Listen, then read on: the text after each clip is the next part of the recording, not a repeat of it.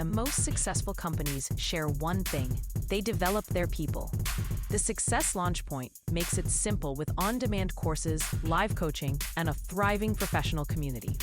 Your team will gain confidence, sharpen skills, and deliver more value, while staying loyal to the company that invests in them. To take your workforce to the next level, check out modernobserver.com/launchpoint.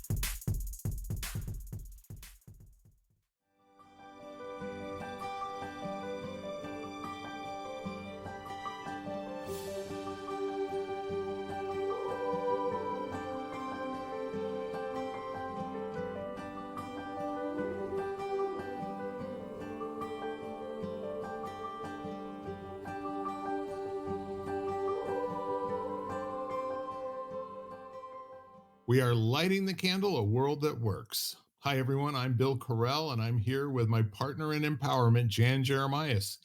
And today we are really blessed to have Dr. Mouhiba Jamousi.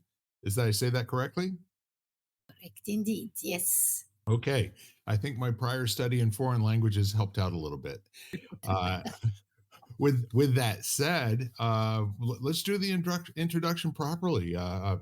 Do you prefer to be called Dr. Jamousi, Mouhiba? What's your pleasure?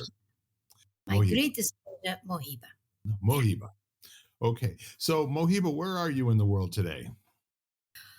I've been traveling lately. Right now, I'm in Oman, the Sultanate of Oman, in the Gulf area. Nice weather. I can go swimming. I still go swimming.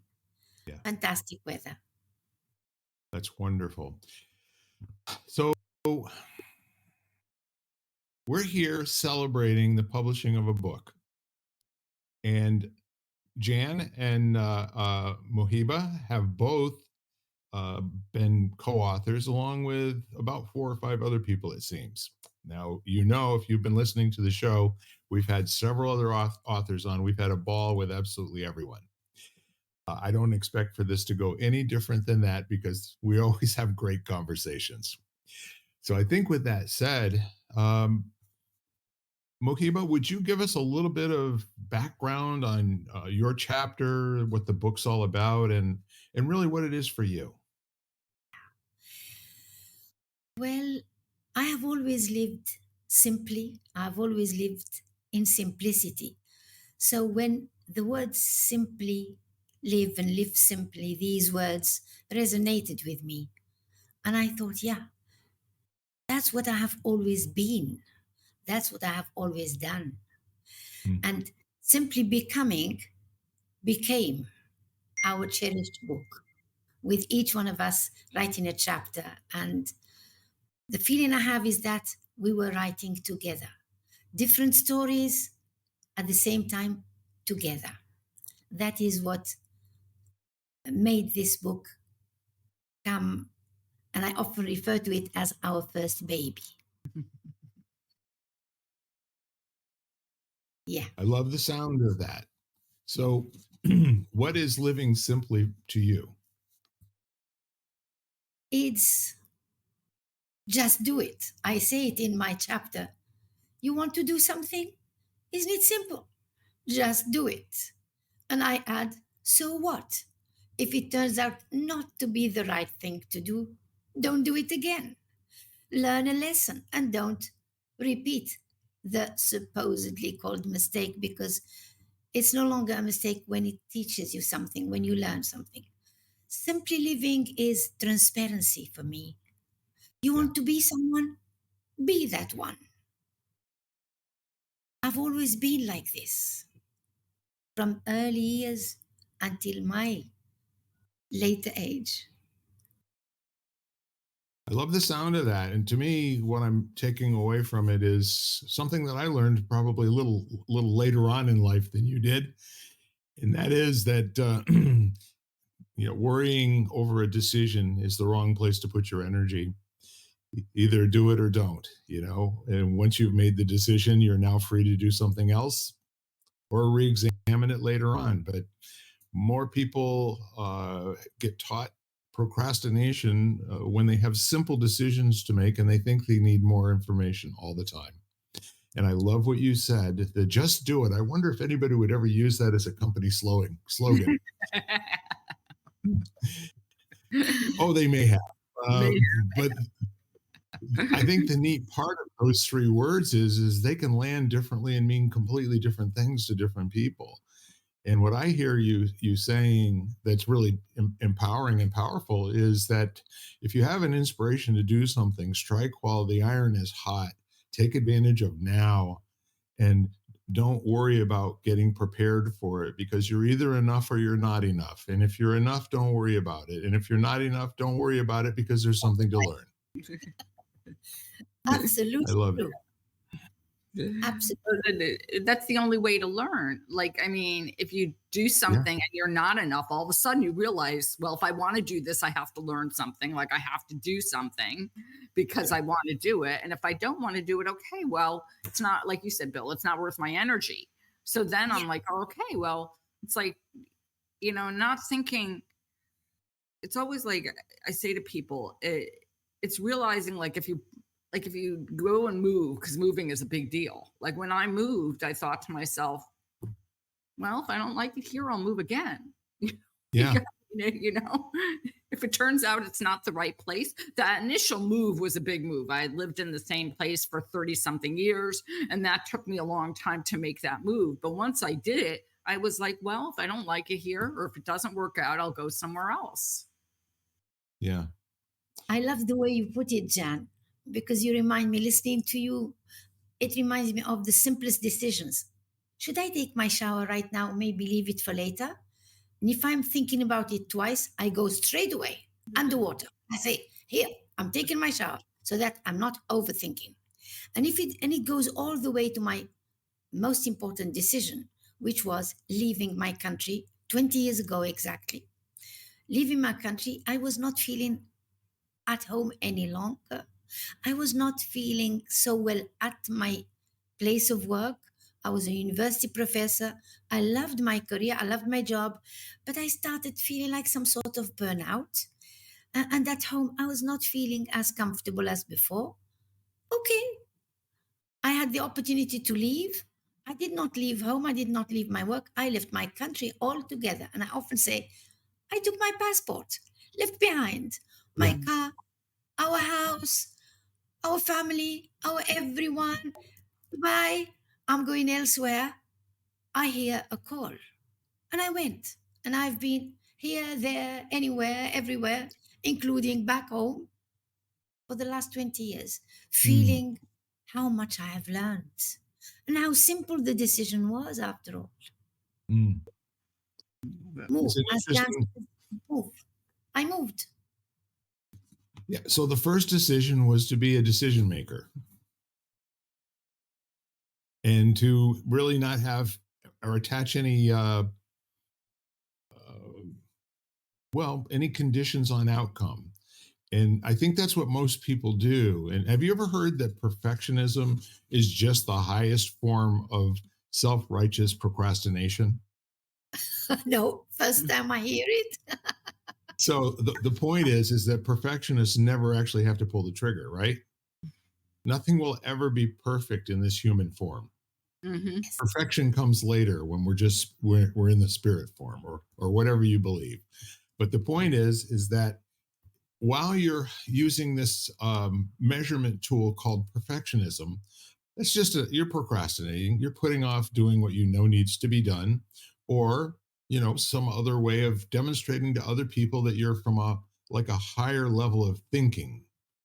Because I won't do anything unless it's perfect, right?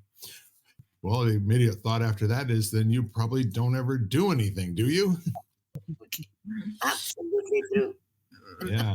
Well, I see it in business all the time when I talk to people, Bill and Mouhiba, because they'll sit there and they'll go, well, I can't do this because I don't have a website. And I'll be like, or my website's not perfect, or, kind of thing. And I always say that, or, I'm like, my website's been perpetually evolving. Like, it never stays the same. And, and it's not the idea. I mean, or I don't know enough to do that. And then you realize that there's always going to be somebody who knows more than you, and probably people who don't know as much. But if you don't know it, you then just say, well, I don't know the answer. I'll get you the answer. Yeah. Like, that was a huge liberating moment for me when I was going to give a talk and I was really nervous. And a friend of mine said to me, if you don't know, you just say you don't know. Like, and then just say, if you're really interested, I'll find out for you. I have I know where I can get the information for you. It was hugely liberating because I think there's a lot of pressure that comes from thinking you have to know everything all the time. Yeah. It's exhausting. Yeah, fascinating what you're saying, because I was a university professor for half a century, if not more. I never went into class to give information. I used to say, even when information was very hard to get, I used to say, no, let's all of us come informed and let's discuss our information, check our information, see how valid it is, see how profound it is. Because if I'm here just to give you the information, you don't need me. You need me to go to read between the lines. And some of them would say, we can hardly read the lines, and you want us to read between the lines. And I would say, no, we'll learn quick enough to read the lines. Reading between the lines needs interaction, needs coming together and, with completely opposite views, and checking what deeply resonates with me from all that we have been discussing. So that's exactly it. Yes. And we grow. This is how we grow. I used to say every time I left class, thank you for all the learning. I hope you got some of the learning I got, because it was fabulous. That's how I felt every time I went into class. Yeah. It's amazing what you're saying, because essentially we can agree or disagree, whichever, that 99.44% of information is opinion. And if it is opinion and it's not verifiable fact, then we have all the room in the world to play until we get attached to our version of whatever the facts are. And the neatest part of today is that you will get ambiguous answers to almost any questions that you ask of the internet. You go looking for a factual bit of information, what you're seeing is what someone's opinion was at the time when they recorded the words to kind of put into place some historical comment about it. So the people that wrote the comment are presenting their opinions as facts. And since they're in an authoritative kind of an environment, it used to be encyclopedias were like that, right? If it's in the encyclopedia, we can believe that this is well researched and thought out. And oh my God, 10 years later, it's not right. So in a world where if you can just adopt an attitude where you're pretty sure all we ever have to give each other is a starting point in a conversation where I say something I heard somewhere and you respond with something you heard somewhere. Now maybe we can actually think about it for a moment and we can examine whether or not it is something we can verify just with our own critical thinking and experience.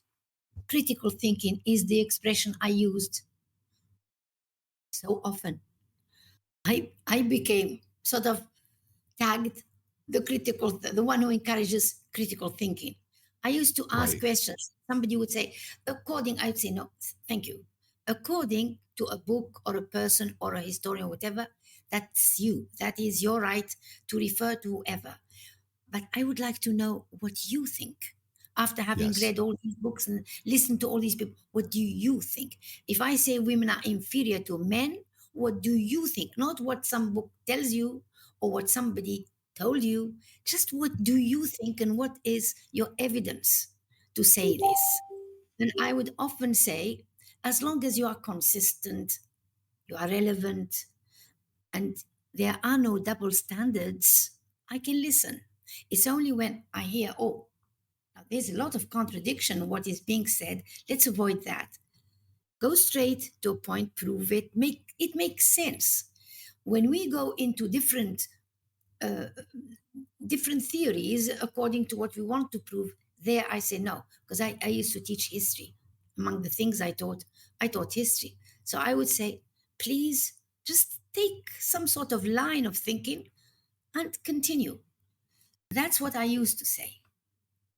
I love it. And the other thing that I'm thinking of right now, we could make a really good game out of each of us hearing something to more or less just trigger what we think we know and write it down independently, and then do that in a group of 7 or 8 different people, and here, the more than likely there will be myriad responses, and it won't be just one or two, but there'll be different things.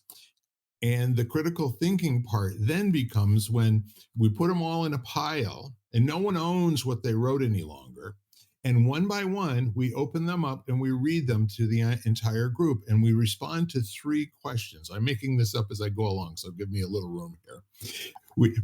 They respond to 3 questions. The first question is, does it sound true?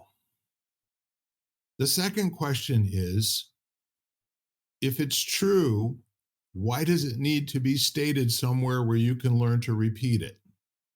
And the third question is, what do you think the motivation of the person who wrote this particular report on the world had to gain by doing it the way that they did? Now, each one of those is not, do you agree with it or not agree with it? They're more engaging the critical thinking function, which is to question it, but not challenge it, because the challenge thing where, prove to me where did you hear that? No one really cares. That's how you shut down a conversation, right? But let's talk about it for a moment. Is it true? Does it sound correct and right?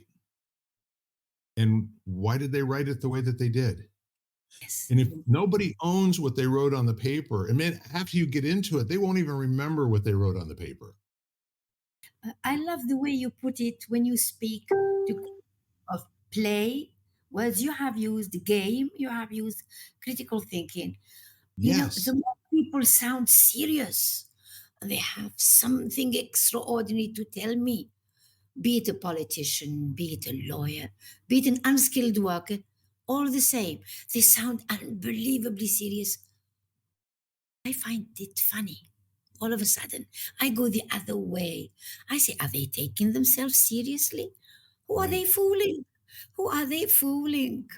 I've spoken sometimes to my, unskilled worker who comes for plumbery, and he would be lecturing me on this and that, and I would be amused. I say, "Wow, self-confidence, true self-confidence," and it goes all the way to the top politicians when they start saying, "Listen to this," and I say, "Just prepare yourself to some, excuse you, me, total nonsense. It's coming. I know it's coming, because the minute they go like, let's be serious," I say, no, go the other way. It's going to be just hilarious. That's how I think about it. So I love the way you put it when you speak of play, of game, of don't take it too seriously. It's not worth it. Yeah, I'm going to take away a little something, Mouhiba, and that is that whenever I hear somebody say, well, listen to this, or let me tell you what we know, or something like that, I'm going to be thrown to hearing, well, here comes some nonsense, ladies and gentlemen, get ready for it. I'm expecting you to take this with no questioning, because I'm telling you that it is the undisputed, qualified, completely vetted truth. There is no way that you can impeach this under any circumstances. Indeed, absolutely true. And I start smiling. This is when I start smiling. I like it. I think the challenge, in those situations when somebody is stating the undisputed truth, they're really putting on notice. Anyone that's going to stand up and challenge this, you better have your P's and Q's lined up, because you're going to look foolish if you don't agree. And I think that is the lowest form of coercion, Yes. To challenge someone before they even open their mouth and dare them. What does that say to the entire group? I mean, how does that open up anything for an open discussion? And I know how risky it is, because I've gone through such risks by saying, I happen to disagree. And all the heads would turn around and say, Here she goes. Here she goes. One more time, risking her whole career. And I would say, simple as that. I would say it simply. I happen to think, for example, deadlines. The boss is always ready to tell you, you should finish marking papers by tomorrow. So I say, no. And my colleagues go like, she's right, but I couldn't say it. So I say, no, we can't do that. Deadlines are determined by the number of copies that we need to mark properly. So if you don't mind, it will not be tomorrow, by the day after. With a smile. Mm. Can't be tomorrow. We're not doing it because it can't be. Simple. So I'm hearing an unflappable confidence in that however the world responds to you, not to you in person, but or if you've made your mind up that the arbitrary nature of the rules, the policies, the procedures, they're all out there for someone to take issue with a behavior. And there are so many of those that don't agree with each other, they'll always be able to find something to put you in your place. Unless you've decided the place that you have is your sanctuary and you're unmessable, you know? You use the right word, arbitrary. Yeah. I mean, I cannot turn to someone and say, you will finish this by tomorrow. Who am I? Including me being the boss, who am I to tell someone who is going to do the job, it needs to be done by tomorrow, so you better do it? Yes. No. The arbitrary nature of deadlines are what sometimes pushes people out of their jobs. They can't do it. And then we are just sorry for all these people who have burnouts. I associate burnouts to these strict rules that do not simply go to the people concerned. How much time do you need? 4 days. Could we make it 3? Yeah, it's possible. But to go and say, you do it in 2 days, who are you? Including the boss, who are you? And that is the arbitrary you mentioned, which I like, yeah. Yes. I like to question the arbitrary. Yeah, some rules are made just to be followed. They don't have to be logical. They don't have to report to any greater good. They are just there to establish the authority and the follower. I just add, they don't have to be. They don't have to be in the first place. And I like that as kind of a retort to somebody who asks you something that doesn't make sense. Now, why would I do a thing like that? When I know with my 35 years of instruction, when I have 28 papers to grade, for me to do it in a quality manner that I can actually get inside the mind of the person who did the writing, that I'm going to need at least 2 more days, not 1 more day. I'm going to need 2 more days if you want to promise for me when it's going to actually be finished. Now, I may beat that promise, but in the meantime, that's what I say I need. Yeah. And it's simple. I go back to simplicity. It's transparency. It's simplicity. It's not arguing. It's not even worth arguing. Yes. No argument. No. So, put simply, and I often say, put simply, it's going to require 2 more days. Simple. I love it. You know what that brings to mind? Are you familiar with Mary Poppins? Yes, quite familiar. Yes. So Mary Poppins is asked to explain why she did something, and she said, I never explain anything. Yeah. Simple. Next. Simple. What for? Jan, do you need to get a little drink of water? No, I'm okay. No, I was just thinking that if anything, I think what you need to do is I always say like if you really only need 1 day, you say you need 2 days and then you put it in early. And so how long will it take to do this project? Oh, always err on the side of too much time versus too little time and having to go back and then say, I ran out of time. So that's, Well, I love, that we as human beings devise strategies that seem like they Yes. work for us.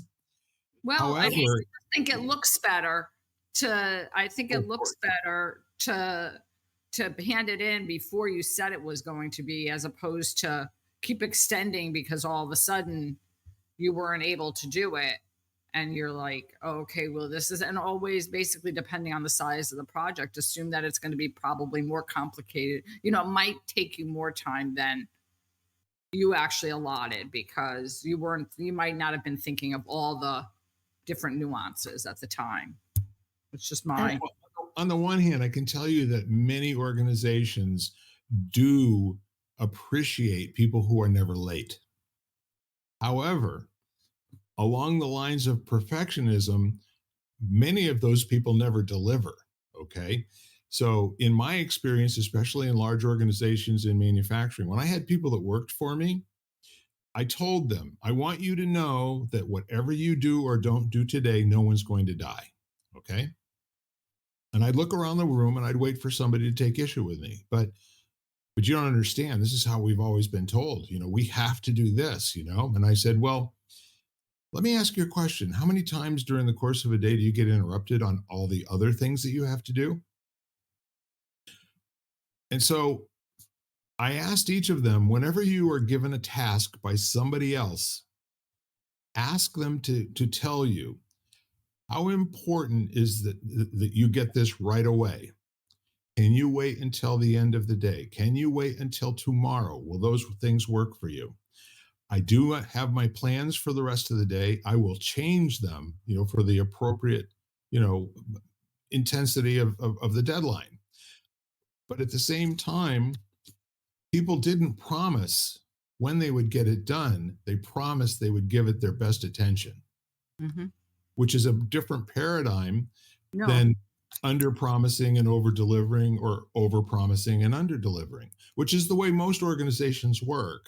And management prefers the people that under promise and over deliver because they know they can count on them to beat their deadlines for the most part. But again, we're talking about, is that a simple approach, or is that a strategy to get you in and out of a conversation quickly? Either one way or the other, because I think they both are to accomplish the same thing. Let's make this conversation go away so I can get back to what's really important to me again. Sometimes, not specifically talking about you in particular, Jan. I'm just saying when people always respond the same way, there's something that worked for them somewhere along the way and they got rewarded for it, in my opinion. Otherwise, they would have been trained to do something else by a result that they don't like, maybe. I love the word you have used, strategies, Yeah. because strategies is a key word. I learned it for twice. First, when people are working for me, I noticed for some, if I said, could you do this? The person would immediately say, can I do it tomorrow? So I learned this as a strategy. If I want something done tomorrow, I would simply say, could you possibly do this, please? And the person immediately went on tomorrow, which is my first request, actually. So, strategy is a key word. I have also used it with my connection to others. For example, if somebody says, okay, we are leaving in 10 minutes, I would go crazy. I'm extremely slow. If somebody said, we will go, okay, we will leave in half an hour, I would go crazy. I am still extremely slow. Yeah. So I've asked anyone going out with me, could you just give me an hour, a time? Say we will go out at 5, and you are not concerned with how much time I need to get ready. And this has worked beautifully well. Yeah. Beautifully well with me. I know at 5 I would be sitting, waiting, I'm ready. So it's strategies that we listen to, that we detect, that are revealed to us, and that connect us beautifully well to the other, be it our boss, our team, our partners, the people we like, the people we love to be with. These are strategies that work. When they work, wow, it's beautiful. Yeah. Well, I know. yeah, I just wanted to comment on that for a Sure. second. So first of all, I love that, Mouhiba, because what you made me think of is that first of all, it's not a cookie cutter kind of thing. You have to remember that you're working with people and that each person responds differently and each person works differently. So you can't think like these when you talk about blanket rules to sit there and say that every teacher needs to get in their papers by by a certain date doesn't necessarily I mean, you could say this is approximately when I want them and then be willing to be a little flexible depending on that teacher and let's say how they grade or what type of tests they're grading. That's also very different having taught for a while, whether it was something where people wrote essays versus multiple choice. And then it was just checking a table and it didn't require anything to grade at all. So you have to look at each person individually and you have to look at to make overall kind of statements like that you assume are going to fit everybody is never going to work. True. I Very think true. that the other part of that, pardon me for 1 second, I just a thought I wanted to share about it. Employees aren't the only ones who have strategies. Employers do too. And, for instance, a great story that I always enjoyed about Henry Kissinger, when Henry Kissinger was Secretary of State for Richard Nixon, he had a big speech that he was supposed to deliver to the United Nations. And he had a young lady who was new on his staff who he asked her to draft his speech. And if you know the story, it's a good one. So No. so the woman stays up all night long and she writes this speech to get it to him within a reasonable period of time. And he takes it from her and he folds it in half and he looks at her and he said, "Is this your best work?" And she said, "Well, I don't know. I think it's a good speech. Is this your best work?" And she said, "I think I can do better." So he handed it back to her. And then the next day, it was kind of the same thing. She'd stayed up all night. She did everything she possibly could. And she handed it back to Dr. Kissinger. And she said, "Here's your speech, Dr. Kissinger." And he said, "Is this your best work? Is this the very best that you can do?" And she said, "Yes, it is." And he said, "Are you sure?" And she Mm. said, "Well, maybe I'm not that sure." "Okay, very good. Thank you for being honest." And so she does it. They do this like 3 or 4 more times. And finally, she comes out of her chair. She hands the paper to him and she says, "Dr. Kissinger, if you don't think this is any good, then I'm in the wrong job." And he said, "Fine, I'll read it now." Worth reading. Worth reading. Yep. And, it's when my little ones, I've got twins, 2 boys, and when they were little ones and they went to school, I used to say, do your best. Whether your best gets you an A, brilliant. Even if your best gets you an F, I Yes. will have to. And I would say, sorry, next time will be better.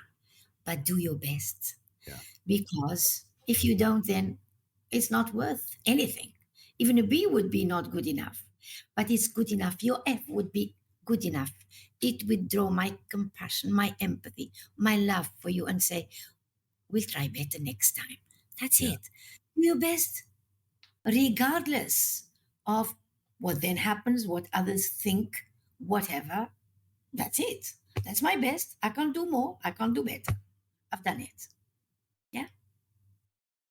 I love it. I also have a history of recalling several times where I was able to renegotiate my grade up simply by standing at the edge of the desk and saying, "Ask me any question you want to about this material. And if I can't answer your question, then I deserve the grade you gave me. And if I can Brilliant. answer your question, then I deserve a better grade than what you gave me. You gave me a B plus and I did A work."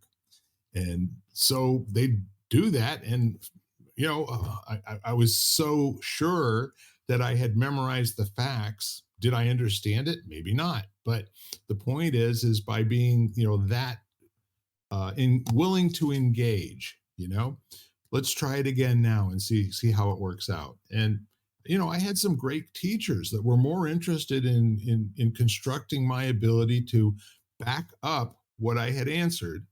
And when I had an answer that disagreed with what the book said the answer should be, they were really loved it and my thinking behind it.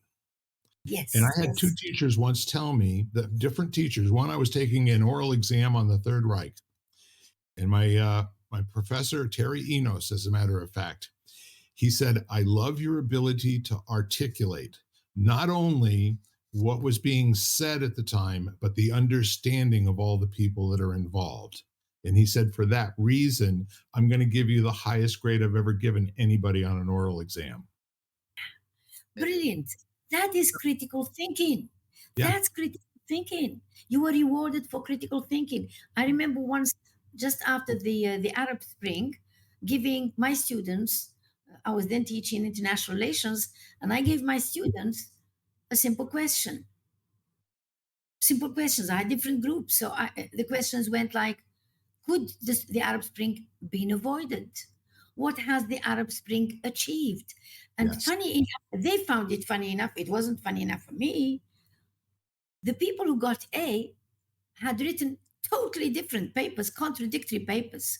Yes. Uh, the very people who wrote, of course, it was something fantastic, and those who wrote, what a disaster, for writing good papers, they got the highest grades. They got A's. And this somehow shocked my students, or didn't, because I said critical thinking. This is why I always say no double standards, had a coherently written paper from one particular point of view, discussing the other point of view as not really valid, and going on to the conclusion. The other had written exactly the opposite of Yeah. that verse and got A's. Because what I was checking was their capacity to discuss, their capacity to have a critical mind, to view and review, not to tell me what people thought of as facts. Yes. Because you said it, there are no facts, but perspectives on, viewpoints on, and an attempt to prove a point through that consistency and that sort of coherent mind. That's it. I will tell you, it's clear to me you were an extraordinary teacher. Okay. And I That's sweet. think, yeah. So I think at the essence of teaching is a commitment to service as opposed to a commitment to anything else that you could be committed to, standing in front of a group of all these minds that are just waiting for you to say something that they can jump on.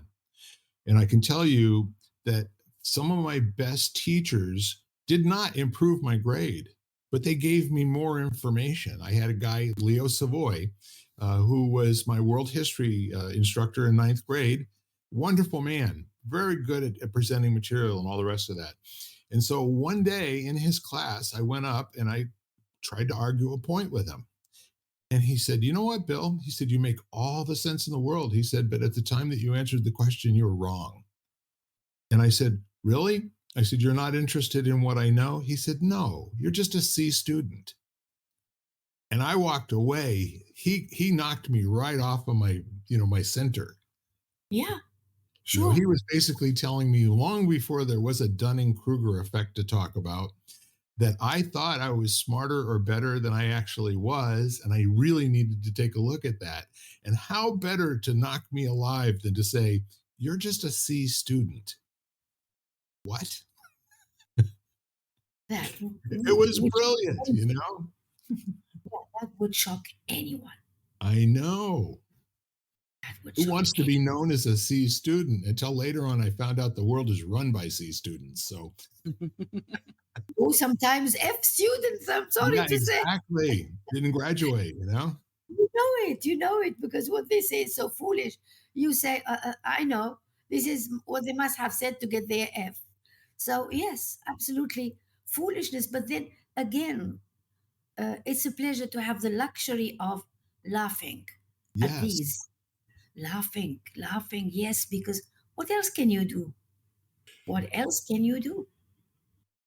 So here's another personal anecdote, not to spend too much time on it, but there was something along the way I was very, very concerned about being able to, like, was I really smart enough to do college level work? And it turned out, that I didn't finish a lot of my studies because A, I was bored with them. I mean, who wants to memorize stuff, right? Well, some people do, but that wasn't for me. But I was in the middle of another class. This was a political science class. The guy's name was Dave Holdridge. Wonderful, wonderful man. He stood up at the beginning of the class and he started it off and said, "Don't be concerned about what you've forgotten that's going to be on the test, because that's not important. Do be concerned about what you've remembered and what it means." So a whole lot of freedom, at that point. Whatever grade you get on an objective exam that's asking you memory test questions, he said, these are the tools that we have to work with. But if you will leave this class knowing and understanding and being able to explain the distinctions between this and this, we talked about, economics, we talked about political ideology, we talked about, there's this so-called crisscross between the Republican and Democratic Party after World War II, which is really not interesting. However, if you come away understanding that in a conversation, all the rules can be tossed out the window, and what you need to really understand is, why do the concepts work? What's the context of it? As opposed to what are the facts that you can remember and get 100 of them right. Absolutely true. I used to teach history, and I would tell my students, what I don't remember without my notes, you don't need to remember. I will not be marking your papers carrying notes with me. So if I remember something, it means it's important. You are bound to remember it. I used to teach history saying, I'm going to teach you what does not exist in history books. I will tell you about the role of women. I will Yes. tell you about the role of dogs sent as kamikaze. I will talk to you about the effect on the environment, which was the concern of nobody. And sometimes I wonder if things have changed. So that's what is important. As for the number of weapons, the introduction of flying engines, all of that is too mechanical. You can find it in any history book. Yep. But the heart of the war, the effect on mothers. When we speak of the role of mothers, it's also the pain of mothers. Few women participated fully in the battlefield in World War One or World Right. War Two, but the pain, the impact on these women who had kids flown to get killed. Can you imagine the pain? Let's live it. Let's go through it. That Yeah. is teaching history, so that it doesn't repeat itself. And there is, why should we glorify as great moments in world history the victory over those, the victory over the others? Why glorify these wars in the first place? I ask them as a question. Why do you think it should be glorified? Who is gaining anything out of it? Well, and I love that, because in the context of what was going on then, was it glorified? How do you think that people generally felt about this in those days? Take a look at what their economic status was. How many of them ate 3 meals a day? How many of them didn't eat every day? How many of them, died by the time they were 17 years old? Like, just keep layering on, where you're now no longer just learning, like, well, what happened in 1066? I mean, anybody that's ever studied history is immediately going to have a thought, but I'll say, no, not that. Now tell me what else was going on in 1066. To your point, Bill, I think that's what I loved about Mouhiba's chapter in Yeah. the beginning, when she talks about, her culture and why people were the way they were. And then, and then leaving and realizing, like, looking at that and saying, well, so-and-so acts this way, why do they act this way based on where they lived? And so it's much more than just like, we were talking about the whole conversation, which was about facts. It's much more looking beneath the surface of the facts to, to delve a little deeper into that. These were human beings that were Yes. experiencing. These were mothers, children, other people who were experiencing these situations and these tragedies. It wasn't just a whole bunch of like, the fact that they, how many, just abstract numbers or statistics, Yes. and, and in, part of what you described was why I didn't go to medical school was because they were really good. Doctors were really good at memorizing facts, and I could have done it, but they had no problem solving skills, and they didn't cultivate that in, at least in traditional medical school in the United States. That wasn't what it was about. It was about, okay, what these facts, this diagnosis. And I'm like, And stopping when they get to the first one.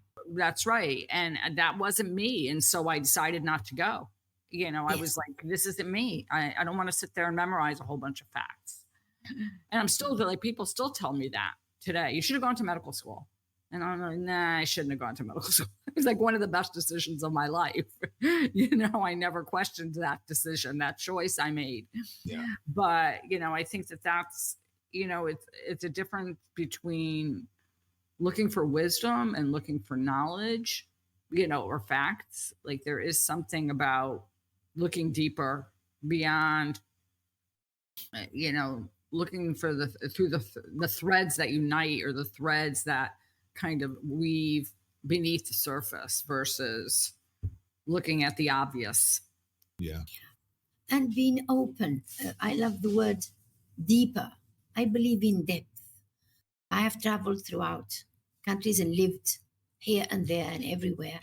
And every time I went somewhere, I never thought my culture has taught me absolute truth. No, I was open. I often say I have collected a bouquet of flowers picked up in any culture. And it makes sense to me because it's my bouquet. It's whom I have become. Picking up wonderful things. They are always in one culture, in any culture. Something unique that you pick up and say, oh, I can make it coherent and I can make the whole bouquet fit me, resonate with me.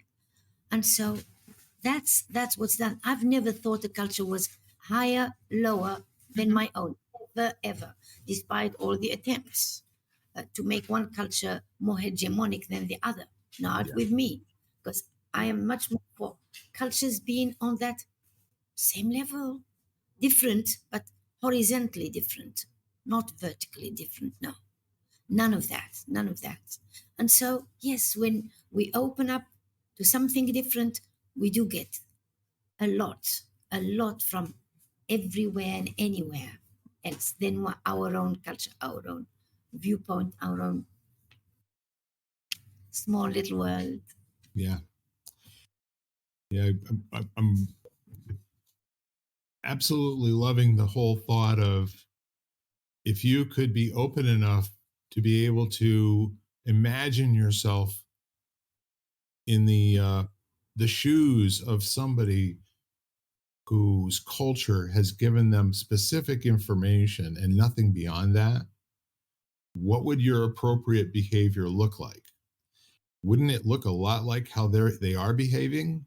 If you consider that all human beings at some level possess a modicum of the same kinds of skills, including critical thinking, that what challenges critical thinking is fewer rules about how to behave, fewer rules how to think, fewer rules as to how to interact socially with each other.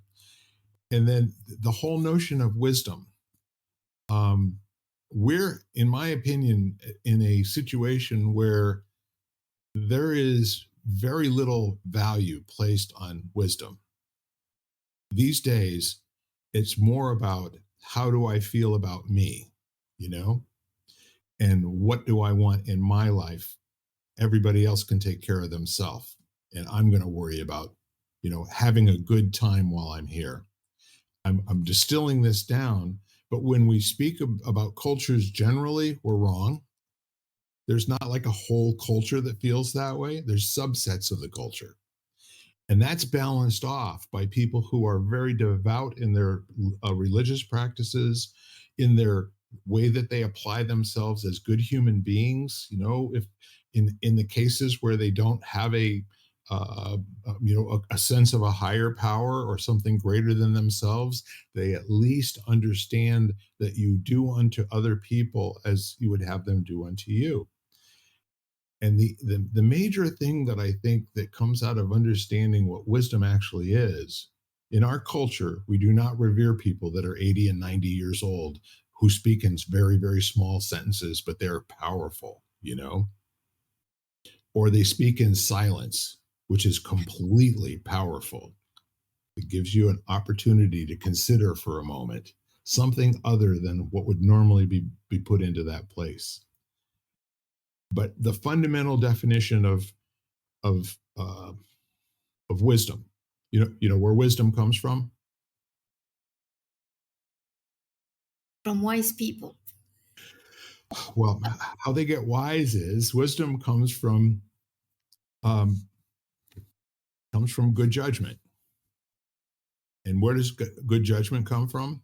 Experience. That's what I was going to say. And where does experience come from? Well, bad judgment.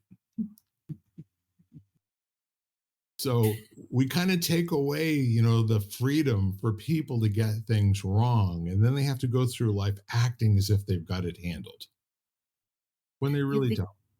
Yeah, you've reminded me of experience. What I think of experience, I've often said experience serves no one. If I experience something, okay, I know it, so I'm not going to repeat it. I know what is good in it, what is bad, so done. So this experience is not going to help me since I have already gone through the experience. I can't experience the experience. The same thing about others. How can I convince anyone? How can I talk to anyone about my experience? It's not going to work. So it's not going to help others unless they go through their own experience of whatever. So what we call experience is quite doubtful. And this is why wise people spend their whole life until the very last day thinking, well, it's time for me to learn. Thank God I have learned this. I remember my father, who died at the age of 94, saying this, and we just laughed and laughed. And he would say, good lesson for me to learn. And we would say, my God, he is 90, he's talking about good lessons he needs to learn. I mean, when is it going to stop? And it's true. If it ever stops, it means we have stopped living altogether. So yes, we learn. We just learn. We learn and we continue learning. Well, part of what I love that you just shared, Mouhiba, is this whole idea of it. I think parenting now has become a series of how can I prevent my children from making any mistakes? Like that kind of attitude. And so you hover and you kind of do everything for them because you don't want them to have to experience that negativity or that whatever the lesson is, but yet they're not able to cope with anything once they leave because they have never had to solve any problems or to experience the negative.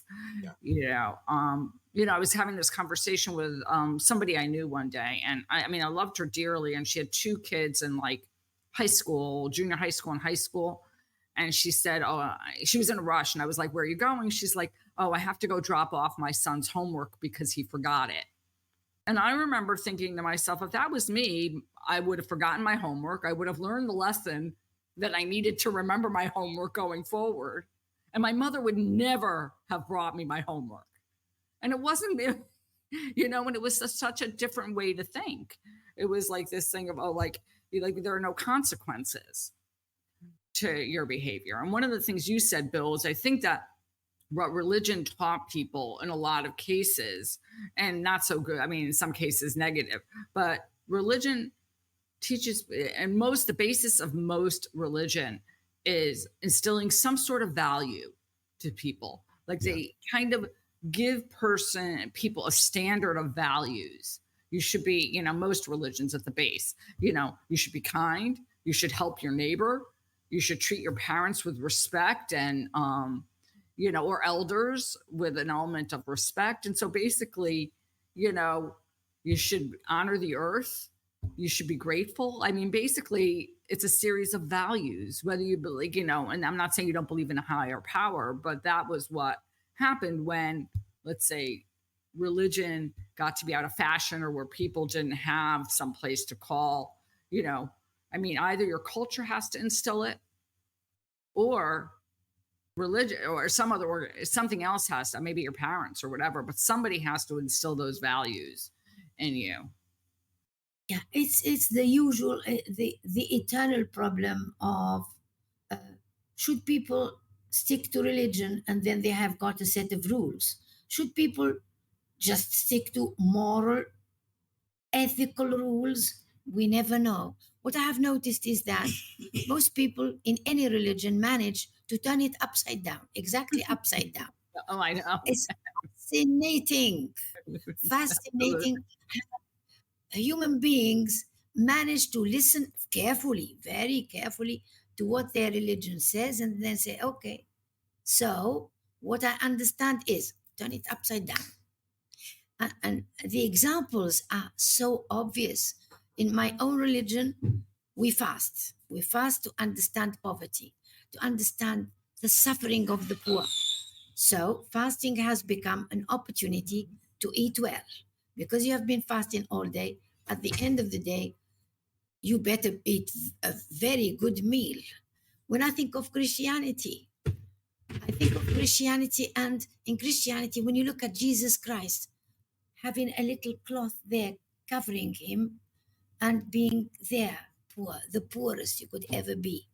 When you compare this to the church, higher clergy, the Pope, and the higher clergy, what do you see? Is there anything that reminds you of Christ? When you think of Hinduism, for example, and you think that you cannot kill a mosquito, so you have water going through cloth so that not a mosquito would get into you. And then they start killing one another in a great collective movement. So religions, please help me. You might have an example to help me with your own religions, seeing this weird way of turning it upside down. You might have something in mind, because do you happen to have some example of this? Of I how actually do. Oh, go ahead.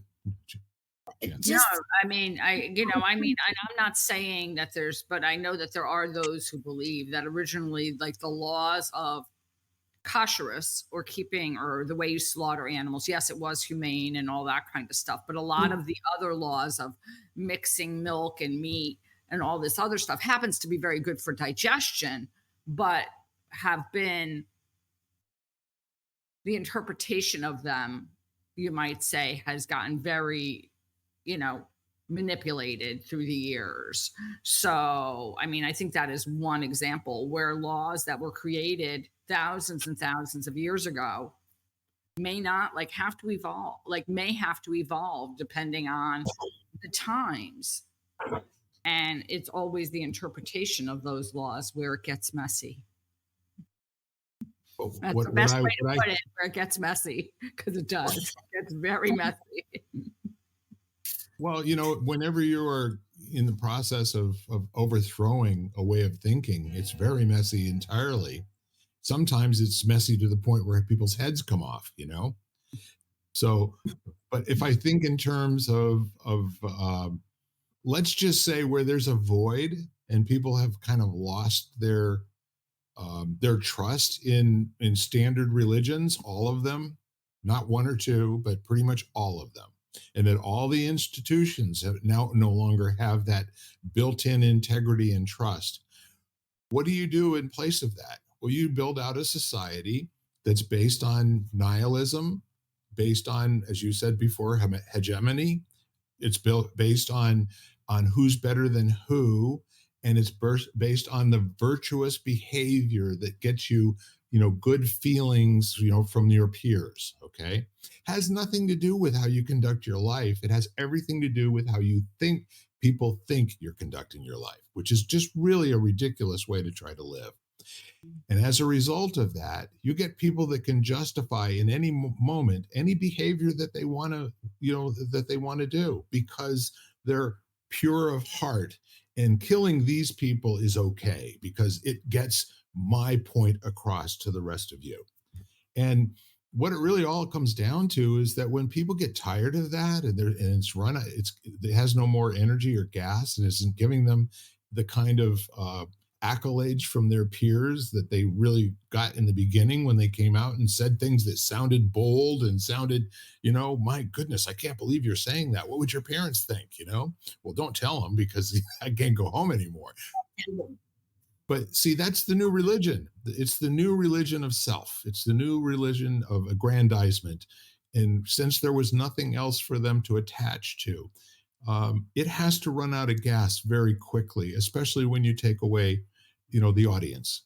Without an audience to perform to, the acts no longer have any purpose in the world, which is when people finally decide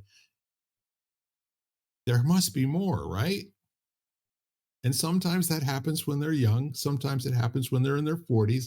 And sometimes it takes till they're 90 years old, to be able to say, I think I finally know what I want to do with my life. Yeah, good time. It's high time. Yes. Maybe I should do something about it. Now I'm only 90.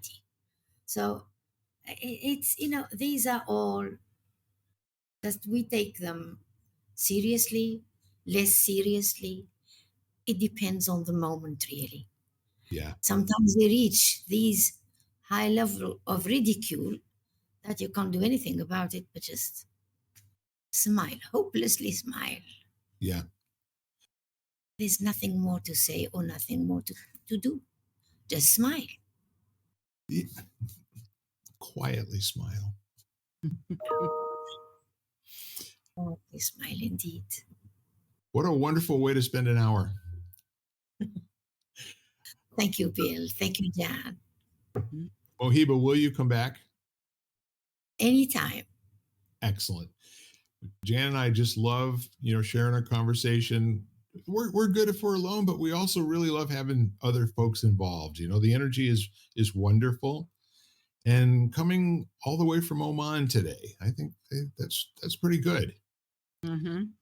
The conversation with you, and Jan knows that when we were together, Jan and I, we had the feeling we wanted to talk again. Remember, Jan? And I have the same feeling now. Bill is with us more so. So I'd be honored and so grateful. Well, Once we'll be again, grateful too. I have one more request of you. Do you have any kind of parting thoughts or anything reflecting on the chapter that you wrote for Simply Becoming that you would like to leave people to kind of dwell on or to ponder, or maybe is a good reason for them to hop on Amazon and get a copy of the book? yes, it's how to live simply.